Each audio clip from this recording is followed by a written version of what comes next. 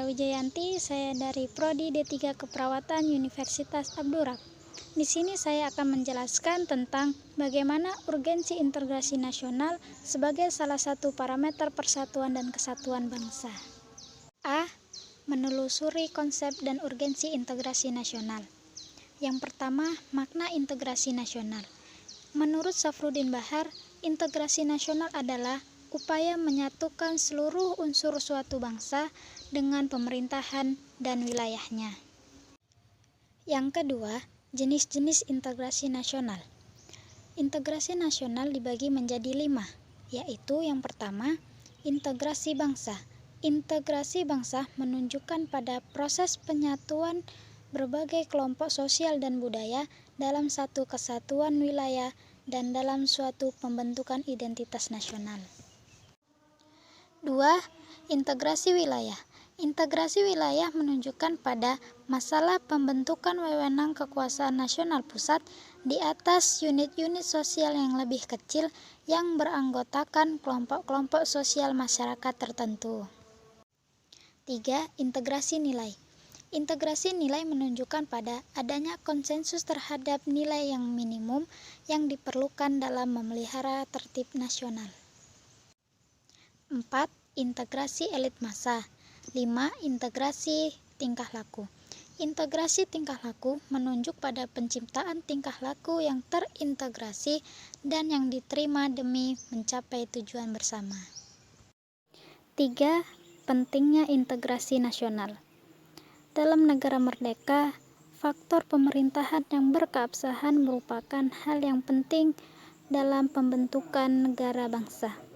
Hal ini disebabkan tujuan negara hanya akan dapat dicapai apabila terdapat suatu pemerintahan yang dapat menggerakkan dan mengarahkan seluruh potensi masyarakat agar mau bekerja sama dan bersatu. B. Menggali sumber historis, sosiologis, politik tentang integrasi nasional. 1. Perkembangan sejarah integrasi di Indonesia.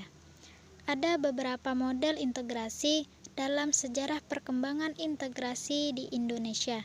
Salah satunya model integrasi nasional Indonesia. Model integrasi ini merupakan proses terintegrasinya bangsa Indonesia sejak negara merdeka tahun 1945. Model integrasi nasional ini diawali dengan tumbuhnya kesadaran berbangsa, khususnya pada diri orang-orang Indonesia yang mengalami proses pendidikan sebagai dampak dari politik etis pemerintahan kolonial Belanda. 2. Pengembangan integrasi di Indonesia. Pengembangan integrasi di Indonesia dapat dilakukan melalui 5 strategis, yaitu 1. Adanya ancaman dari luar. Adanya ancaman dari luar dapat menciptakan integrasi masyarakat.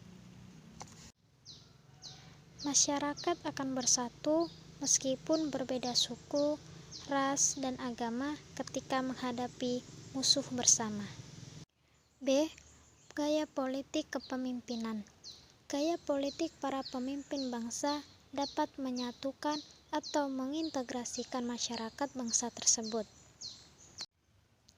Pemimpin yang karismatik, dicintai rakyatnya, dan memiliki jasa-jasa besar umumnya dapat menyatukan bangsanya yang sebelumnya tercerai-berai. C.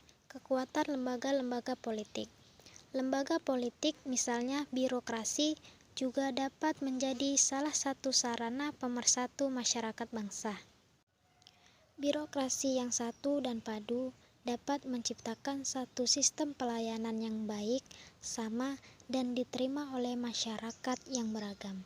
Pada akhirnya, masyarakat bersatu dalam satu sistem pelayanan. D. Ideologi nasional. Ideologi merupakan seperangkat nilai-nilai yang diterima dan disepakati. Bangsa Indonesia, nilai bersama yang dapat mempersatukan masyarakat Indonesia adalah Pancasila. Pancasila merupakan nilai sosial bersama yang disepakati oleh seluruh masyarakat Indonesia. kesempatan pembangunan ekonomi. Jika pembangunan ekonomi berhasil dan menciptakan keadilan, maka masyarakat bangsa tersebut akan menerima sebagai satu kesatuan. Namun, jika ekonomi menghasilkan ketidakadilan, maka muncul ketimpangan atau kesenjangan. Banyak kasus karena ketidakadilan, maka masyarakat ingin memisahkan diri dari bangsa yang bersangkutan. Dengan adanya pembangunan ekonomi yang merata, maka hubungan dan integrasi antar masyarakat akan lebih mudah untuk dicapai.